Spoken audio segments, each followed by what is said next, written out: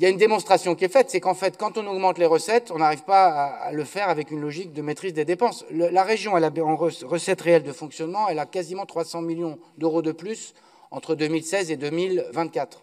C'est pas complètement rien, 300 millions en rythme annuel.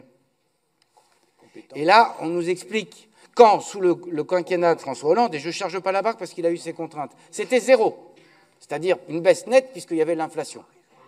Et donc, quand on a 300 millions d'euros de plus de dépenses, de recettes, manifestement, ça n'invite pas toujours à dire quelles sont les politiques sur lesquelles je dois, comme l'a très bien dit Nicolas Forissier, faire exercer les priorités, comment j'essaye de faire en sorte quand même que sur le fonctionnement, je regarde s'il n'y a pas des marges. Si on n'est pas capable de se remettre en cause, et d'ailleurs le Césaire nous y invite, sur est-ce qu'il n'y a pas des marges qu'on peut trouver. Reconnaissons autour de cet hémicycle, si je peux dire, que personne ici n'a réclamé autre chose que de la compensation à l'euro près des recettes qui étaient perdues par les collectivités au moment du Covid, un plan de relance massif pour les entreprises, un Ségur de la santé dont d'ailleurs on a entendu dire que ça n'était pas assez. Tout ça, c'est des dépenses de l'État, en fait. Et tout ça, ça explique une grande partie de la dette. Alors, je prends la part de responsabilité qui est la mienne, d'une certaine façon. Mais on a quand même beaucoup dépensé à la demande de tout le monde. Et donc, il faut qu'on fasse nous-mêmes notre part de l'effort. J'ai été agricultrice. Maintenant, je suis bergère. On peut dire ce que vous voulez, mais l'agriculture, ce que l'on fait en France, est de très grande qualité. Nous avons besoin de nos jeunes agriculteurs. Nous avons besoin d'eux. Et franchement, 2024, comme moi j'ai connu en 2016, c'est pas la meilleure année pour commencer. Il va falloir les aider pour garder cette agriculture chez nous. Les promesses donnent de l'espoir. Vous leur avez donné de l'espoir. Faites ce que vous dites, parce que les actes donnent aussi de la crédibilité.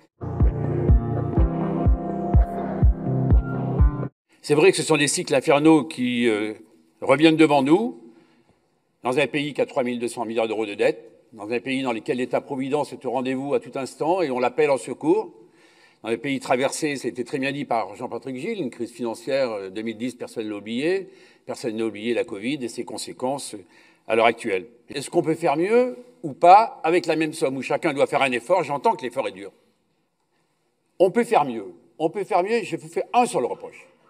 C'est ne pas ouvert à la concurrence comme c'était possible depuis 2019, les transports. Regardez ce qui se passe dans les autres régions, vous donnerez les documents, chers collègues.